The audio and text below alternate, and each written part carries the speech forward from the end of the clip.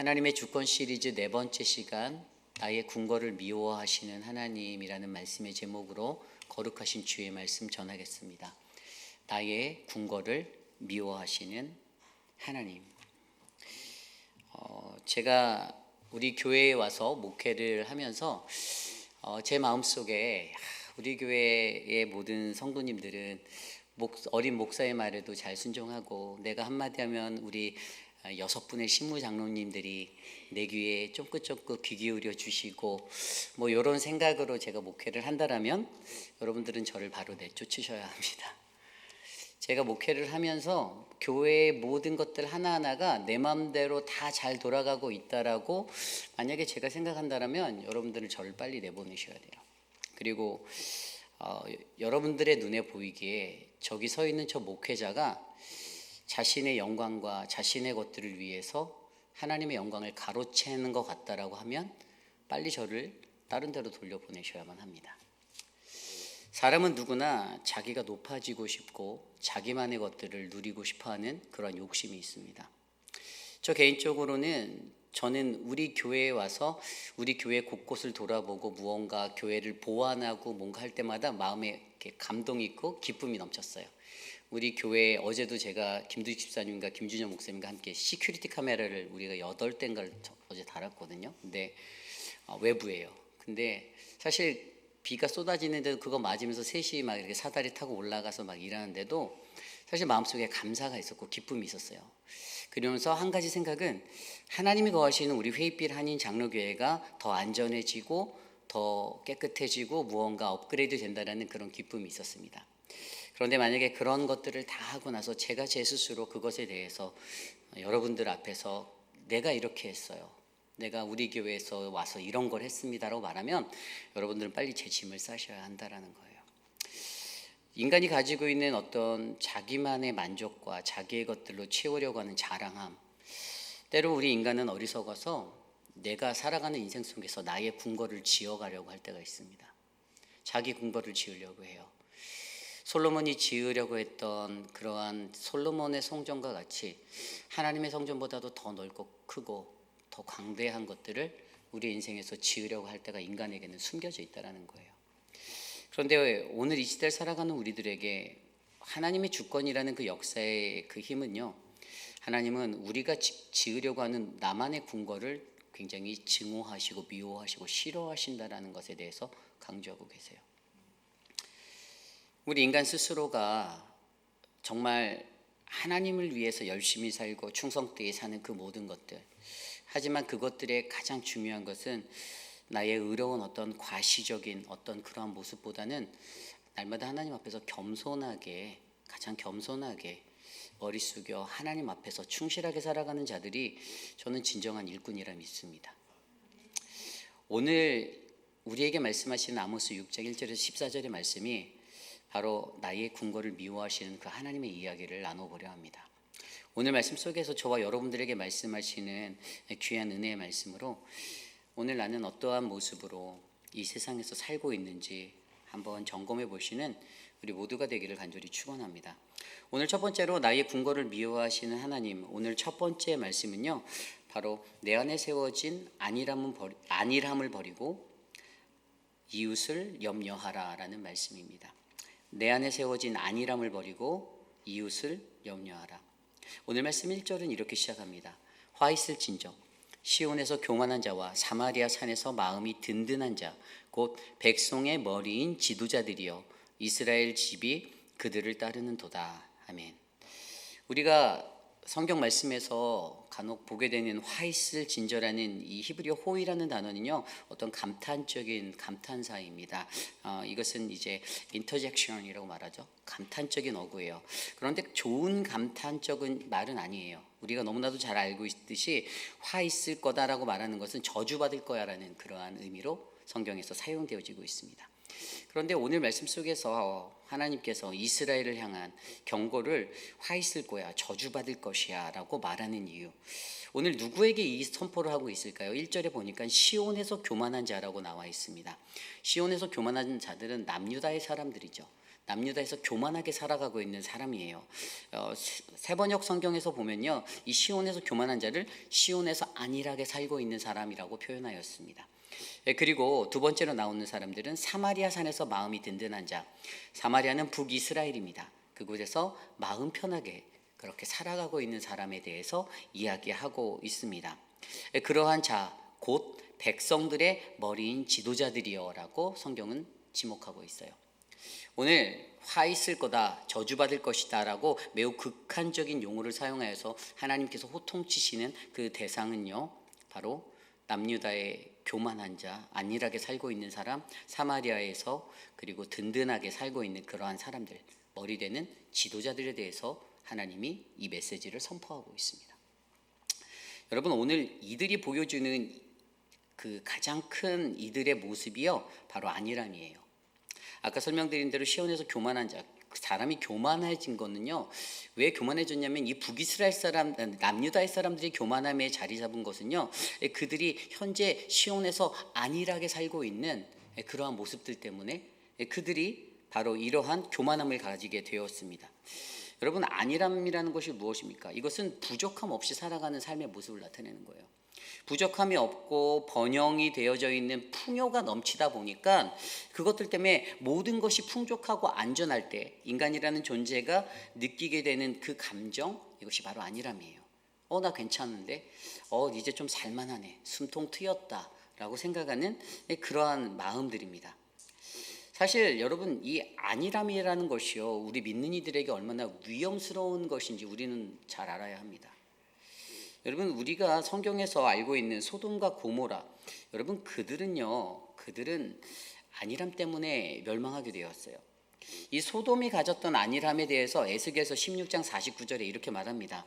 내 아우 소돔의 죄악은 이러하니 그와 그의 딸들에게 교만함과 음식물의 풍족함과 태평함이 있으며 또 그가 가난하고 궁핍한 자를 도와주지 아니하니 라고 설명하고 있습니다. 무엇이라고요? 소돔이 가졌던 죄악이요, 바로 그의 딸들에 대한 교만, 그 교만한 마음으로 살았던 거예요. 그리고 음식에 넘치는 것들이 있으니 이제 아니라고 태평한 마음으로 살았다라고 말합니다. 그리고 오히려 가난하고 궁핍한 자들, 약자들을 절대로 돌아보지 않았다라는 거예요. 오늘 말씀 속에서도 남유다와 북이스라엘의 지도자들이 그러한 안일함에 휩싸여 살게 되었습니다. 그런데 그들은 백성들의 머리인 지도자들이었어요. 그들을 보고 백성들이 따라간다라는 말입니다. 그들의 안일함을 보고, 그들이 가졌던 그 안일함 속에 묻어나는 교만함을 보고, 그것들을 보고 백성들이 그들을 보고 배우며 살아가는 거예요. 그래서 그들을 향해서 하나님이 뭐라고 말씀하십니까? 2절입니다. 너희는 갈레로 건너가 보고 거기에서 큰 하맛으로 가고 또 블레셋 사람의 가드로 내려가라. 너희가 이 나라들보다 나으냐? 그 영토가 너희 영토보다 넓으냐? 아멘. 뭐라고요? 하나님이 질문하십니다. 야, 너희가 이 나라들보다 낫니? Are you better than these kingdoms? 이렇게 얘기해요. 그 나라들보다 너희가 더 괜찮다고 생각하니? 이렇게 물어보는 거예요. 두 번째는 그 영토가 너희 영토보다 넓으냐? 라고 또 묻습니다.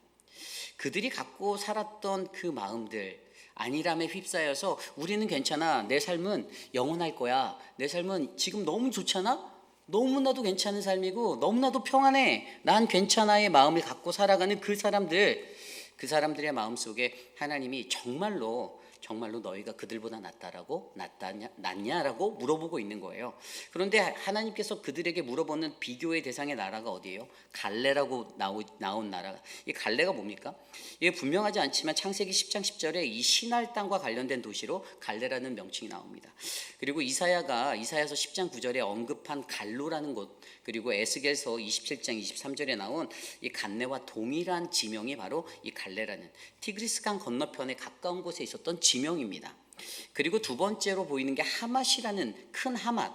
원래 여기는 가나안에 속해 있다가 그 이스라엘 북쪽 지역으로 할당되었던 민수기 34장에 보면 그러한 지명이었어요. 그리고 세 번째 가드라고 되어지는 이 가드, 블레셋과 유다 지역의 경계로 사용되어졌던 이곳. 그런데 이 세 도시 갈레와 하맛과 가드의 공통점은 뭐냐면요, 이 세 도시는 다 변방에 위치했던 보잘것없는 도시였다라는 거예요. 그런데 하나님께서 교만함과 안일함에 쌓여서 살아가는 남유다와 북이스라엘의 지도자를 향해서 정말로 너희가 이 나라들보다 낫다고? 이 도시보다 낫다라고? 너희 그렇게 생각하니?라고 하나님이 되묻고 있다라는 거예요.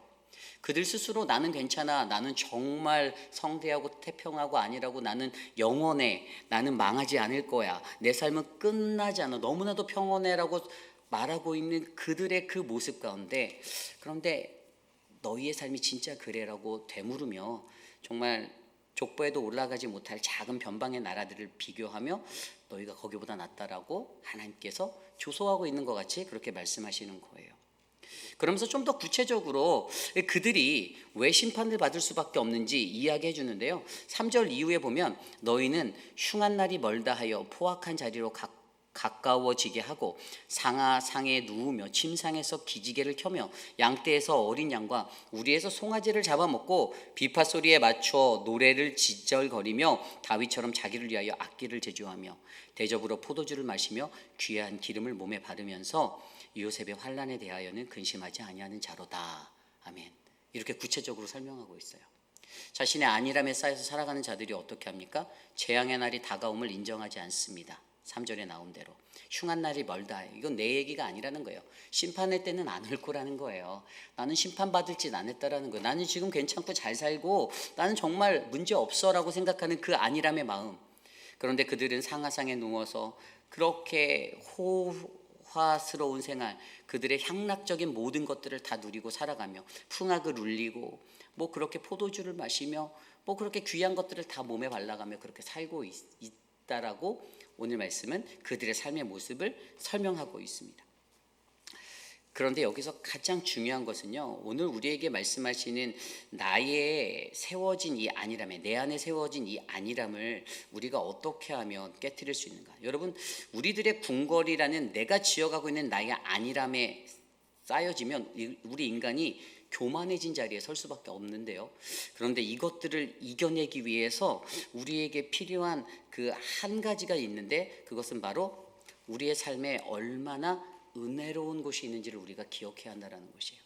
왜냐하면 아까 우리가 앞서서 설명보았던 2절 말씀에 갈레와 큰 하맛과 이 블레셋의 가드를 이야기하면서 변방의 이런 나라들을 비교하셨던 이유가 뭐냐 하면, 야, 너희가 그런 곳보다도 내 삶이 얼마나, 그런 곳에 가봐, 그 변방의 땅에 가봐, 그런데 너희의 삶은 얼마나 은혜로운지 네가 알게 될 거야 라고 말하는 거예요.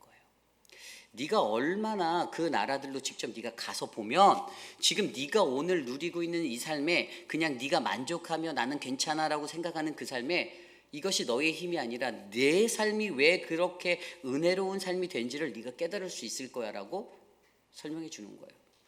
세상의 모든 주권이 하나님의 손에 있어서 하나님이 그들의 인생에 간섭해 주셔서 오늘 너희가 천하 태평을 누리고 살아갈 수 있는 은혜의 자리에 선 것이지, 너가 잘해서 너가 뛰어나서 그것을 누리며 살 수 있는 것이 아니라고 설명해 주는 겁니다. 굉장히 중요한 거예요. 오늘 하나님께서 그들에게 말씀하셔서 거기에 가봐, 그런 곳에 가봐라고 말했던, 대표적으로 나는 괜찮아라고 얘기했던 그들의 삶에, 그런데 그 삶은 너의 힘으로 네가 얻은 게 아니라는 그 하나님의 은혜를 깨달아 알게 하기 위해서 이것에 대해서 설명하고 있는 거예요. 결국 여러분, 오늘 우리의 삶에도 이 안일함의 교만이라는 것을 고치려면 가장 먼저 내 삶에 하나님이 주신 은혜를 깨달으셔야만 합니다. 건너가서 보라라고 2절에서 말했던 그 요청 앞에 왜 건너가서 그 변방의 땅들을 보고 도시들을 보라고 했을까? 그곳에서 하나님의 은혜를 경험하라는 거죠. 우리가 1년에 한 번 도미니카로 나아갑니다. 단기 선교로 나아가는 그곳에서 작년에도 우리 유스 아이들 데리고 갔다 왔는데, 여러분, 우리 아이들도 아마 많은 것들을 느끼고 돌아왔을 거예요. 왜냐하면 우리가 살고 있는 이 지금 현재의 내 삶의 상태의 현실에서 느끼지 못하는 많은 것들을 선교지에 가면 느낄 수가 있거든요. 가난하고 어렵고, 그러면 반대로 어떤 생각이 드냐면 내가 오늘 얼마나 감사한 삶을 살고 있는지가 느껴지는 거예요. 하나님께 감사할 수밖에 없다라는 거예요. 오늘 하나님은 그런 기법을 통해서 그곳에 가봐라, 건너가서 보아라, 그리고 네 인생이 얼마나 내 은혜로 충만해서 감사한 것인지 네가 깨달아 알아야 돼. 그걸 알아야 너가 지금 붙잡고 있는 난 괜찮아라는 너의 안일함의 그 교만을 내가 깨뜨릴 수 있어 라고 말씀하시는 거예요. 그런데 그 말씀을 이해하지 못합니다. 이들이 이해하지 못해요. 하나님이 영적으로 비춰주시는 이 음성을 그들이 듣지 못해요. 어떻게 하냐고요? 그 은혜가 깨어진 자가, 그 은혜에서 깨어난 자가 어떻게 살아야 되냐고 말하냐면요, 오늘 말씀 아까 6절 하반전에 요셉의 환난에 대하여서는 근심하지 아니하는 자라고 말합니다. 앞서서 비교되어진, 컴페어됐던 자기들이 환락을 느끼고 향락을 누리며 자신의 심판의 날은 안 올 거라고 괜찮다라고 떵떵거리며 살았던 그들의 삶의 모습에는요, 그냥 거의 100% 자기 중심적이고 자기만 생각하는 인생이 되어서 살아가요. 그런데 하나님이 그들에게 정말로 원하셨던 것은요, 너희 안에 세워진 그 안일함의 궁궐을 허물어 버리고 너희는 요셉의 환난에 대하여서 근심하는 자가 되라라고 말하는 거예요. 여러분, 요셉의 환난이 무엇입니까? 여러분, 요셉은 환난 당하였던 사람이죠. 그죠? 요셉이 어떤 환난을 당했죠? 형들의 시기 질투, 그것으로 말미암아 10명의 형제 안에서 그 시기 질투를 받아서 그가 노예로 팔려가게 되고 갖은 고생과 고생 끝에 애굽의 총리가 되었죠. 그리고 그 요셉의 환난에 대해서, 그 요셉의 환난이 이제 그 형제들로부터 화해의 장소로 바뀌어지는 이야기가 창세기 42장에 나오는데, 창세기 42장 21절에 보면 이런 구절이 있습니다. 그들이 서로 말하되 우리가 아우의 일로 말미암아 범죄하였도다. 그가 우리에게 애걸할 때에 그 마음의 괴로움을 보고도 듣지 아니하였으므로 이 괴로움이 우리에게 임하였다. 아멘. 다른 형제들이요, 요셉과 화해하는 장소에서 결정적으로 화해할 수 있었던 한 가지 요인이 요 구절에 드러났는데, 내가 이전에는 그의 괴로움의 그 소리를 듣고도 내가 반응하지 못하였고 내가 이해하지 못하였고 그가 애걸할 때 그것들을 보고도 듣지 아니하였었는데, 이 마음이 오늘 용서로, 자기가 실수한 나의 삶에 이 괴로움을 깨달아 내가 그것에 대해서 용서를 구할 때 진정한 이 요셉의 환난을 이해한 자가 되었을 때 진정한 화해가 일어날 수 있게 되었다라는 거예요. 오늘 우리의 삶에 정말 중요한 것은요, 하나님의 은혜를 아는 사람은요, 나의 안일함에 집중하지 않습니다. 내가 조금 불편하고 내가 조금 어려워도, 내가 조금 살기 힘들고 내가 고통스러워도 다른 사람들의 관점에서 조금 더 생각하고 요셉의 환난을 이해하는 그 삶으로 우리들의 이웃의 삶들을 돌아보는 사람이 된다라는 거예요. 교회 공동체가 어떻습니까? 무슨 일 하나만 있으면요, 그 어떤 그 이슈가 되는 어떤 사람이 무슨 이야기를 했어요. 그럼 뭐 이렇게 할 거예요 하면 그 자리에서 앞에서는 아무 말도 안 해요. 그리고 뒤에 가서는 어떻게 합니까? 뒤에 가서 뭐 어떻게 해요? 장로님들에게 전화하시겠죠. 그럼 또 이제 장로님들은 또 저에게 연락하겠죠. 그죠? 뭐 이렇게 뭔가 부당합니다. 뭐 맞지 않습니다. 그렇게 하시겠죠. 그 앞에서는 이것이 옳지 못한 거라고 많이들 앞에서는 떳떳하게 얘기를 해서 그 자리에서 해결할 그런 건 안 하시는데, 결국에 꼭 인간이라는 존재가 거기서는 아무 말 안 하고 있다가 뒤로 돌아와서 이제 그것들을 하는, 여러분, 이것은요 상대방의 환난에 대해서 전혀 고려하지 않는 행동들이라고 저는 봅니다.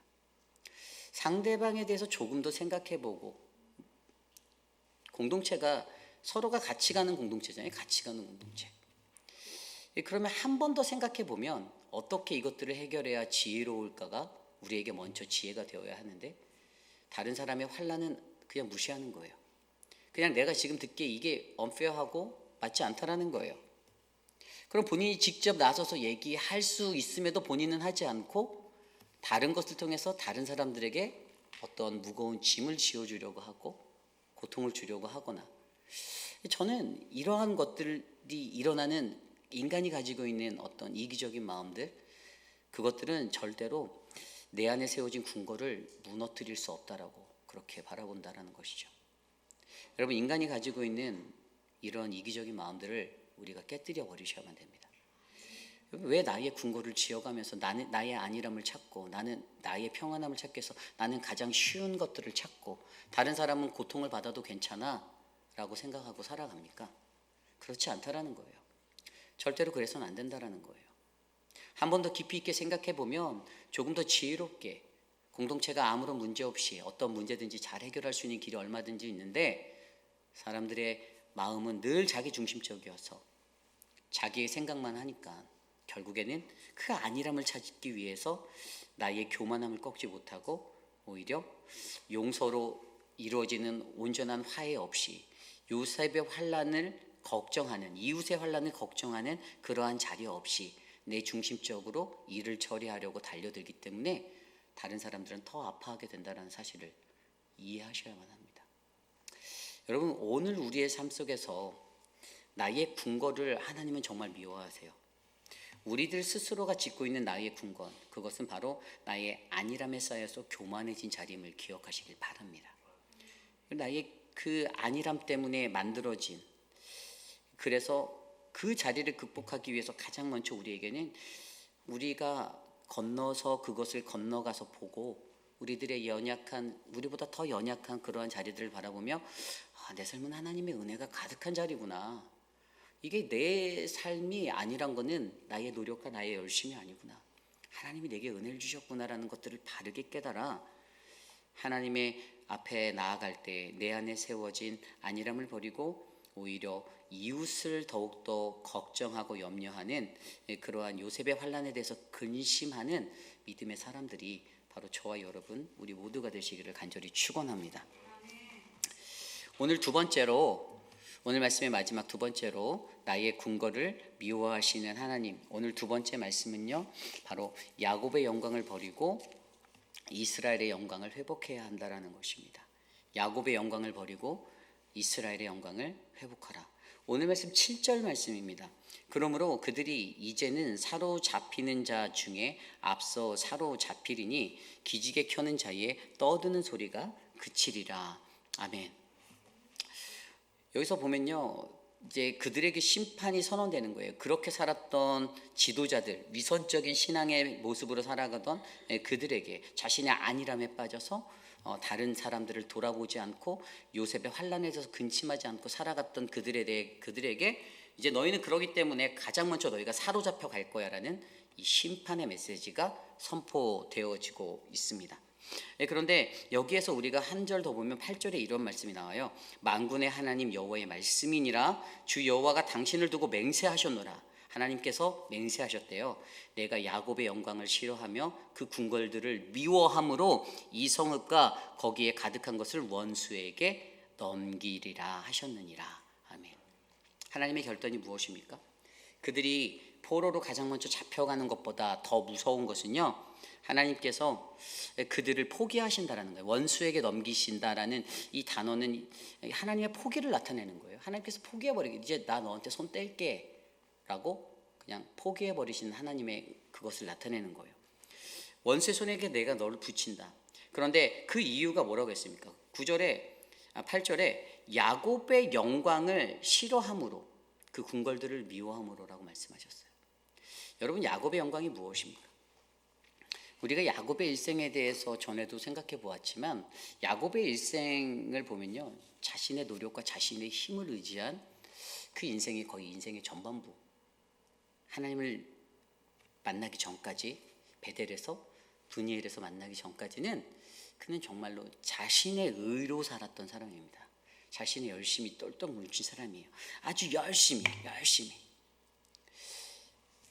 어떻게 해서든 쌍둥이 형으로 태어난 에서보다 더 많은 것들을 가지려 하였고, 어떻게 해서든 그의 축복을 가로채려 하였고, 어떻게 해서든 자기를 덮치는 죽음의 위험을 피해 도망가서 자신의 생명을 연장하려고 하였던 인생이 야곱의 인생이었습니다. 그런데 그렇게 떠나갈 때 창세기 28장에 나왔던 대로 베델에서 하나님은 그를 만나 주셔서 그의 삶의 방향성을 조정해 주셨다라고 제가 설명드렸죠.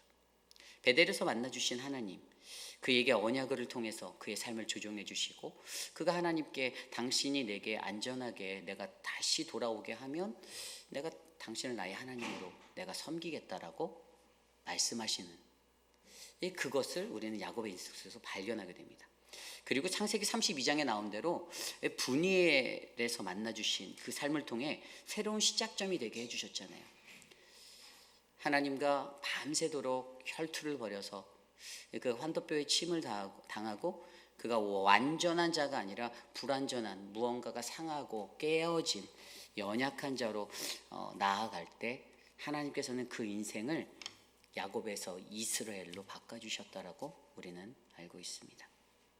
여러분, 우리의 삶에 정말로 중요한 것은요, 인간의 노력으로 이루는 이 영광의 자리, 야곱의 영광을 버리고 바로 이스라엘이라는 하나님의 영광이 회복되어진 그 자리의 삶을 우리가 살아가셔야만 돼요. 정말 중요한 거예요. 근데 많은 사람들은요, 인간의 노력으로 무언가 이루고 거기에 만족하고 그렇게 살려 합니다. 저도 그랬던 것 같아요. 늘 내가 열심히 살았던 것들이, 이게 다 내게 지금 내 삶에 누릴 수 있는 것이 되었다라고 저도 생각한 적이 많아요. 늘 그렇게 나의 열심으로는 열심히 살았는데, 그런데 이상하게 들여다보니 내가 하나님을 의지하지 않는다라는 것이 증명되는 것밖에 되지 않는 거예요. 이스라엘이라는 그 영광이 회복되어진 자리는요, 하나님이 원하시는 하나님을 전적으로 의지하는 그러한 인생이 되는 자리임을 우리가 믿으셔야만 합니다. 어떠한 삶이든지 하나님만을 의지하고 하나님만을 믿고 살아가는 그 인생이 바로 오늘 우리가 이 시대를 살아가는 이 땅에서 하나님이 우리에게 간절히 원하는 인생이라는 거예요. 오늘 남유다와 북이스라엘에게도 하나님은요, 야곱의 영광을 버리고, 그래서 내가 야곱의 영광을 싫어한다라고 말하는 거예요. 너희가 너희 힘으로 지었던 너희의 궁궐들, 야곱의 영광들, 나 그거에 관심 없어 라고 말하는 거예요. 주님, 내가 열심히 일해서 몇십만 불짜리 집을 샀는데요, 그러다 내가 재테크를 좀 더 잘해갖고 내가 다음번에는 더 큰 집으로, 대골 같은 집으로 가겠습니다. 내가 열심히 살았어요. 먹을 거 안 먹고 아낄 거 아껴가며 그렇게 살았습니다. 그랬더니 내가 지금 재산을 이만큼 모았네요. 하나님 그런 거에 1도 관심이 없다라는 거예요. 하나님은 우리가 그렇게 살아온 가정 속에서 과연 내가 얼마나 하나님을 전적으로 의지하고 살아가는가. 하나님은 오늘 우리에게 그러한 삶이 바로 저와 여러분, 우리의 인생이 되기를 원하신다라는 것입니다. 그때 우리는 진정으로 야곱의 영광을 버리고 이스라엘의 영광을 회복할 수 있는 그 은혜의 자리에 서게 될 줄 저는 믿습니다. 여러분, 12절 이후의 말씀에도 보세요. 말들이 어찌 바위에서 달리겠으며 소가 어찌 거기서 밭을 갈겠느냐. 그런데 너희는 정의를 쓸개로 바꾸고 공의의 열매를 쓴 쑥으로 바꾸었다. 13절, 허무한 것을 기뻐하며 이르기를 우리는 우리 힘으로 뿔들을 취하지 않았느냐. 이게 내 힘이 이룬 영광이라고 자랑하면서, 그런데 하나님 말씀하시잖아요. 어찌 바위 위에서 말들이 달리겠냐라는 거죠. 하나님이 계신다라는 거예요. 소가 어찌 거기서 밭을 갈 수 있겠냐는 거예요. 하나님이 소를 만지셨다는 거예요. 하나님 없이 아무것도 될 수 없다라는 거예요. 그런데 어리석은 인간들은 그것들을 이해하지 못합니다. 오늘도 내 영광으로, 내 노력으로 어떠한 것을 하든지 간에 거기에서는 하나님이 사라진, 오직 내가 드러나고 내가 이러한 일들을 했습니다. 내가 이랬어요. 그래서 여러분, 사람들을 만날 때 저도 이제 어르신들을 가장 많이 만나서 전에 있었던 교회도 신방을 목사님과 가거나 그랬을 때 어른들 꼭 만나면 어른들은 이제 자기 과거사를 꼭 만날 때마다 또 되풀이하시고 본인이 옛날에 이런 거 하셨고 저런 거 하셨대. 들어드리죠. 듣지만 사실 이게 처음에 갔을 때, 또 두 번째 갔을 때, 세 번째 갔을 때도 이렇게 반복적으로 계속 돌아서 나오잖아요. 그럼 솔직히 제 마음속에 어떤 기도가 드냐면, 주님, 저도 나이가 들면 저도 저렇게 될 것 같은데 어떡하죠? 저는 저런 말 안 하게 해주세요. 그냥 주님, 저는 그냥 하나님이 하셨습니다라고 할 수 있는 사람 되게 해주십시오라는 그 기도를 드려요. 근데 많은 사람들은 내가 예전에 이렇게 했는데, 예전에 한 게 뭐가 중요해요? 지금 오늘 이 순간이 중요하지. 제가 어떤 성도들 만나면 자기는 예전에 새벽 예배도 다 나오고 다 했대요. 그래서 지금은 안 나오잖아요. 오늘이 중요하거든요. 옛날에는 다 했겠죠. 하셨겠죠. 저도 물론 인정합니다. 근데 하나님은 그것을 좋아하지 않으신다라는 거예요. 하나님은 인간의 노력으로 이루는 금자탑보다 하나님의 노력과 하나님의 은혜로 세워진 거룩한 하나님의 나라를 원하신다라는 겁니다. 오늘 저와 여러분, 우리의 삶에 저는 그러한 은혜가 넘치길 간절히 원합니다. 어떠한 것보다도 우리는 우리의 힘으로 뿔들을 취하지 아니하였다라는, 하나님이 내게 하셨습니다라는 믿음의 고백이 있어서 14절의 말씀대로 만군의 하나님, 그분이 바로 만군의 하나님이 되시는 거예요. 여호와, 그분이 우리에게 진정한 아버지 하나님이 되어주셔서 저와 여러분들의 삶을 은혜로운 삶으로 인도하는 거룩하고 복된 삶 되시기를 간절히 축원합니다. 이제 말씀을 정리해보고자 합니다. 우리가 성경을 들여다보면요, 화 있을진저라는 이 말씀, 이 구절을 볼 때 신약 성경에서 우리가 잘 알고 있는 마태복음 23장의 이야기가 있죠. 화 있을진저 서기관과 바리새인들이여 라고 말씀하십니다. 예수님께서 말씀하신 말씀이에요. 예수님께서 마태복음 23장에 자신의 의로운 모습을 과시하려는 사람들, 종교적인 지도자급에 속한 사람들을 향해서, 그들을 향해서 화 있을진저라고 말씀하셨습니다. 유대인들이 가졌던 어떤 그러한 자신의 외식하는 모습 중에 대표적인 게 뭐냐 하면, 마태복음 그 23장 말씀에서도 5절 6절에 예수님이 이렇게 말씀하세요. 그들의 모든 행위를 사람에게 보이고자 하나니 곧 경문띠를 넓게 하며 옷수를 길게 하고 잔치의 윗자리와 회당의 높은 자리와 시장에서 문안 받는 것과 사람에게 랍비라 칭함을 받는 것을 좋아하느니라 라고 말씀하셨어요. 서기관과 바리새인들이 가졌던 그 시대의 종교적 지도자들, 높은 자리에 있던 사람들이 가장 원했던 삶의 모습입니다. 그런데 하나님은 이것을 가지고, 예수님께서는 이것을 가지고 외식이라고 말씀하셔요. 외식이 뭡니까? 본질을 망각하고 겉모양으로만 구사하려는 자들이에요. 하나님이 우리에게 주신 본질, 복음의 본질이 있어요. 그런데 하나님의 복음의 본질이 가려지고 자꾸만 외식만 취해요. 외식만. 앞에 서서 성가대 서서 열심히 찬양하는 거 너무 좋아하시죠. 왜냐면 영상 보면 화면을 딱 비춰주잖아요. 저 45도 각도에서, 얼짱 각도에서 카메라로 딱 잡아주니까 얼마나 여기 쓰고 싶어요. 그런데 제가 분명히 한 달 내내 써서 내라고 했어요. 사인업 하시라고. 제가 초강수를 오늘 사실 장로님들께 뒀었거든요. 사인업 하시지 않은 분들은 다 뺍니다. 임명 안 합니다 했더니 우리 마음이 바다같이 넓으신 김민준 장로님이, 목사님 한 주만 더 주시면 안 됩니까? 그래서 제가 한 발 물러섰어요. 여러분, 아무리 한 달 내내 얘기하면 뭐합니까? 그러면 미리 사인 다 하신 분들은 바본가요? 아니에요. 여러분, 이게 우리 하나님 나라의 교회 질서인 거예요. 질서. 뭐 자동적으로 됐다, 뭐 자동적으로 되는 게 어디 있어요? 그러면 팀 사역 신청서를 만들지 말아야지. 왜 그거를 종이 아깝게 출력해서 한 사람 한 사람께 다 나눠드리면서 해마다 연말에, 그것도 한 달 전에 11월 달 초반에 왜 나눠드려서 꼭 작성해서 넣어주세요. 주보에 막 이렇게 써 넣어가면서 왜 그럴까요? 여러분, 겉모양으로 보여주는 게 다가 아닌 거예요. 하나님을 진정으로 우리가, 내가 하나님을 정말로 믿고 내가 그분을 따른다라면 우리의 본질이 무엇인지를 망각하지 말고 겉모습으로만 외식 취하는 거, 유대인들이 가졌던, 여기에 채웠던 경문띠를 넓게 하는 거. 여러분, 경문띠가, 이게 경문이 작은 상자잖아요. 그 안에 유대인들이 자기가 좋아하는 그 성경 구절을 딱 적어갖고 넣어놓고선 여기다 차고선 다녔거든요. 근데 말씀이 여기 있다라고 하면서 내가 좋아하는 구절이야. 그런데 하나도 안 맞는다라는 거예요.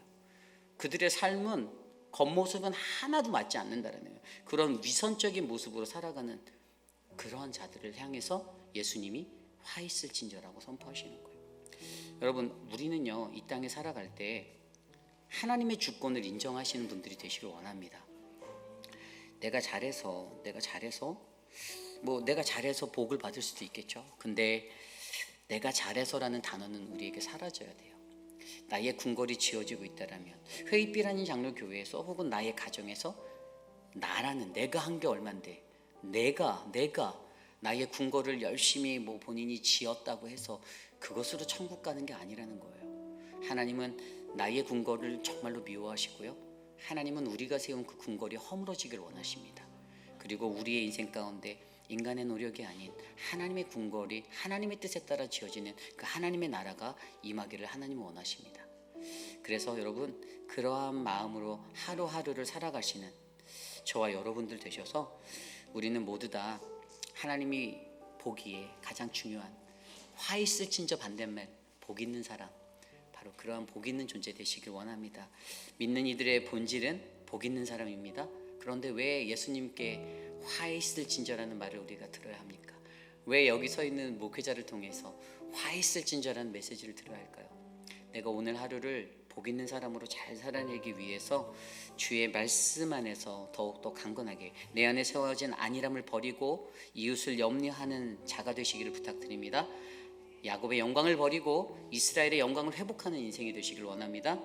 그것이 바로 사랑하는 우리 회입비라는 장로교의 모든 성도들의 모습이 되기를 간절히 축원합니다. 오늘 주신 말씀 놓고 함께 이 찬양 드리기 원하는데요, 내가 주인 삼은 모든 건 내려놓고 함께 찬양하겠습니다.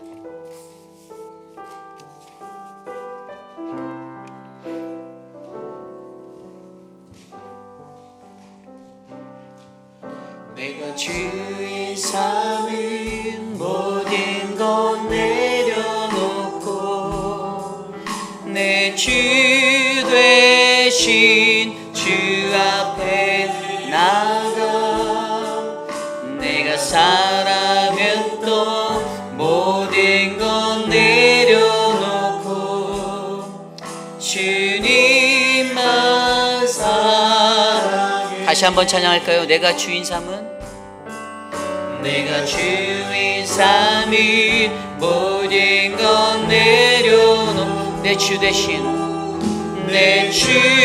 대신 주 앞에 나가 내가 사랑했던 모든 것 내려놓고 주님만 사랑해. 주 사랑 거친 풍랑에도 깊은 바다처럼 나를 잠잠케 해. 주 사랑 내 영혼의 반석 그 사랑 위에 서리. 우리 다시 한번 찬양할까요? 내가 주인 삼은 모든 것 내려 내 주 대신 주 앞에 나가 내가 사랑했던 모든 것 내려놓고 주님만 사랑해. 주 사랑 거친 풍랑에도 바다처럼 잠잠케 해. 내 영혼의 반석 그 사랑 위에 주 사랑 거친 풍랑에도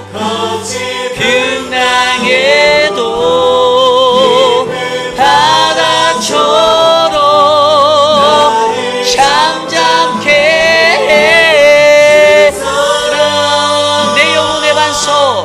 내 영혼의 반석 그 사랑 위에 서리. 그 사랑 위에 서리.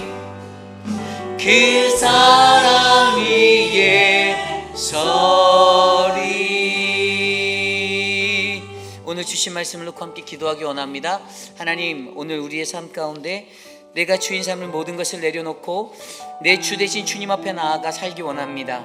하나님, 여전히 내가 나의 궁궐을 짓고 나의 궁궐 안에 그것들을 과시하며 살아가는 존재라면 하나님 나를 불쌍히 여겨달라고, 하나님, 내가 오늘 거룩하신 주님 안에서 내 삶에 세워진 안일함들을 버리고 하나님 이웃을 염려하며 근심하며 살아가는 그 요셉의 환난을 근심하는 인생이 되겠습니다. 주님, 야곱의 영광을 버리고 하나님, 내가 만난 하나님 베델과 브니엘을 통해 내 삶의 방향이 조정되어지고 새로운 시작점이 되어져서 이스라엘의 영광을 회복하는 그러한 인생이 내가 되겠습니다 라고 기도하는 우리 모두가 되길 기도합니다. 함께 기도하겠습니다. 하나님, 오늘 우리의 삶 가운데 함께하여 주셔서 나의 궁궐을 미워하시는 하나님을 바로 알게 하여 주시고, 하나님, 오늘 내 삶에 화 있을 진저라고 말씀하시는 나의 궁궐을 짓고 살아가는 모든 지도자들에게 화 있을 진저라고 외치시는 그 하나님의 음성을 들어 하나님, 주님을 두려워함으로 주님을 경배하기 원하오니 하나님, 내 삶을 붙잡아 주시옵소서. 주님의 은혜가 우리의 삶 가운데 넘치기를 원합니다. 하나님, 우리에게 말씀하신 하나님의 음성을 듣고 하나님, 그 우리의 인생이 하나님 앞에 더욱더 거룩하게 설 수 있는 하나님, 의로운 하나님 믿음의 인생이 될 수 있도록 비춰주시옵소서. 우리 이 시간 함께 기도할 때 우리 교회의 환우분들을 위해서 기도합니다. 특별히 우리 오재근 장로님을 위해서 기도해 주십시오. 우리 오재근 장로님께서 지난주에 대장 내시경을 다 하시고 했는데 이제 조직 검사를 조금 해봐야 될 것 같아요. 뭐 암이라 이런 게 아직 결론은 안 나는데 뭐 작은 게 있대요. 그래서 기도해 주시길 부탁드립니다. 하나님이 우리 장로님을 천군 천사를 보내주셔서 보호하셔서 아무 일도 없이 별거 아닙니다 라는 그 음성을 들을 수 있도록 기도해 주시기를 부탁드리고요. 특별히 우리 미스터 라빈슨, 사실 이제 내일이죠. 내일 수술을 할 예정이셨어요. 전에 했던 그 수술이 이제 드디어 하려고 했는데 급하게 이제 오늘 새벽에 ER에 또 들어가시는 바람에 그래서 사실 수술이 또 연기가 됐어요.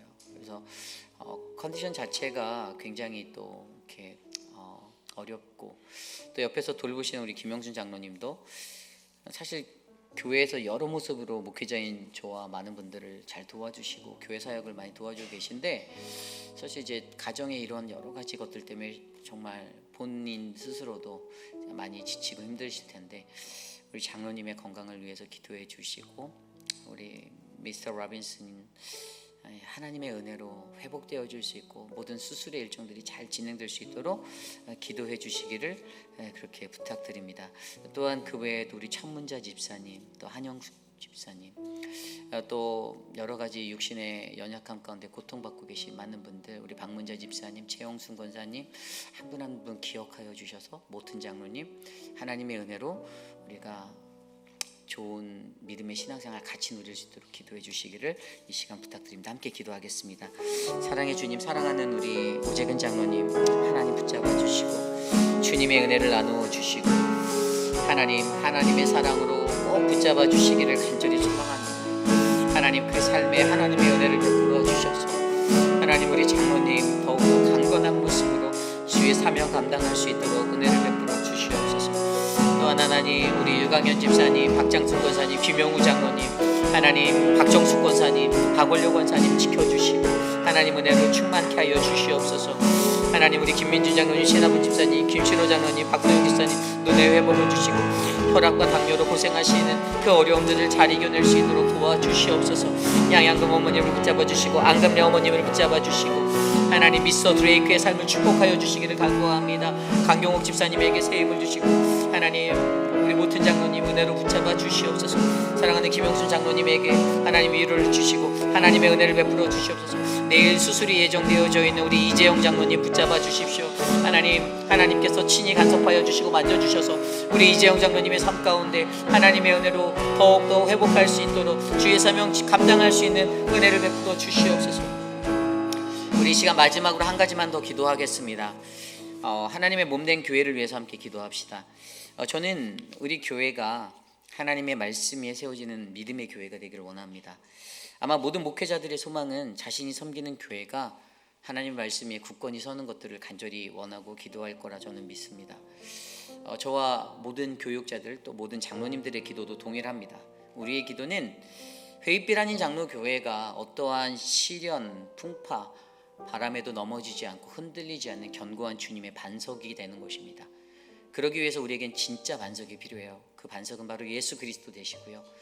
바로 그분을 통해서 우리가 이 땅에서 함께 할 때 우리의 교회는 세상이 감당할 수 없는 복음의 큰 능력을 이뤄낼 믿음의 성전이 될 줄 저는 믿습니다. 여러분들 우리 교회를 위해서 기도해 주시고요. 특별히 우리 6분의 시무장로님들, 우리 당회원들이 늘 하나같이 말하는 게 있어요. 그것은 팀워크예요. 팀워크. 어떠한 것이든지 간에 저희 교회는요, 한 마음 한 뜻으로 이 교회를 이끌어가지 않으면요, 여러분 우리가 쉽게 무너질 모래성이 된다는 걸 너무 잘 알고 있습니다. 그래서 여러분 이것들에 대해서 우리 장로님들이 늘 성령 충만함으로 목회자인 저와 어떤 목회적 비전이 맞닥뜨려지고 목회적인 성향과 어떤 은혜가 같이 교제되고 우리 안에서 같은 신앙을 고백하고 같은 믿음의 고백을 하며 우리가 사는 날 동안에 하나님 앞에서 죽기까지 충성하여 거룩한 교회가 하나님의 영광이 되는 교회가 될 수 있도록 기도해 주시고요. 그래서 우리 교회가 앞으로 내년도 사역에도 더 큰 은혜를 나누는 믿음의 공동체가 이 땅에서 되도록 이 시간 함께 우리 교회를 위해서 기도하고 마치겠습니다. 하나님 감사합니다. 우리 회의비라인 장로교를 축복하여 주십시오. 하나님의 은혜가 우리 안에 넘치기를 간구하오니 주님 그 무엇보다도 우리 교회에 하나님의 크신 은혜를 베풀어 주시고 사랑하는 6분의 시무 장로님들에게 주님의 강한 심판로 함께하여 주셔서 주님 우리 장로님들 하나님 어떠한 시련과 바람에도 흔들리지 않고 같은 마음으로 하나님의 동일한 비전을 바라볼 수 있도록 하나님 은혜를 베풀어 주시옵소서. 하나님 믿음의 교회가 어떠한 세상의 풍파 속에도 흔들리지 아니하고 강력한 주님의 말씀 위에 예수 그리스도라는 믿음의 반석 위에 지어진 하나님 거룩한 주의 성전이 되기를 원합니다. 하나님 우리 교회를 축복하여 주십시오.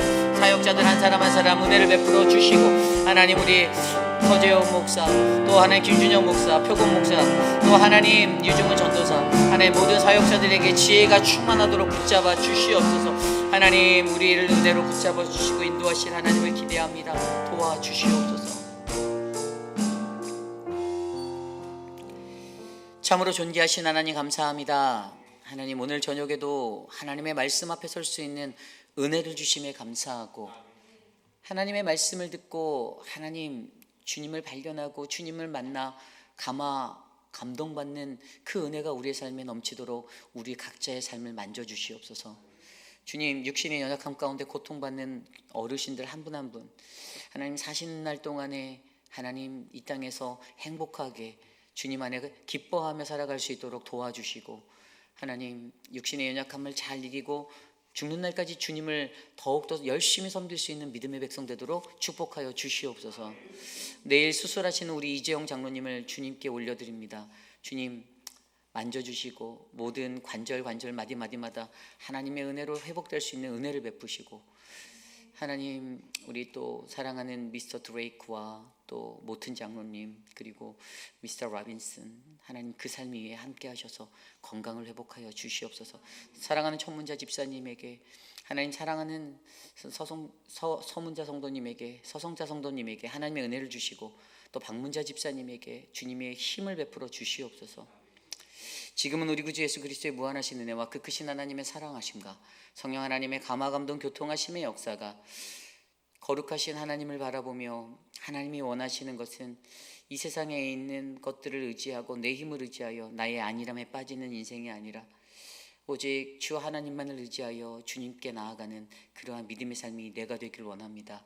나의 궁궐을 허물어뜨리고 하나님의 나라를 이곳에 세우도록 역사하여 주시옵소서라고 간구하는 사랑하는 우리 휘입비라는 장로교회 성도들 한 분 한 분 머리머리 위에 지금으로부터 영원토록 함께 하시기를 간절히 축원하옵나이다. 아멘.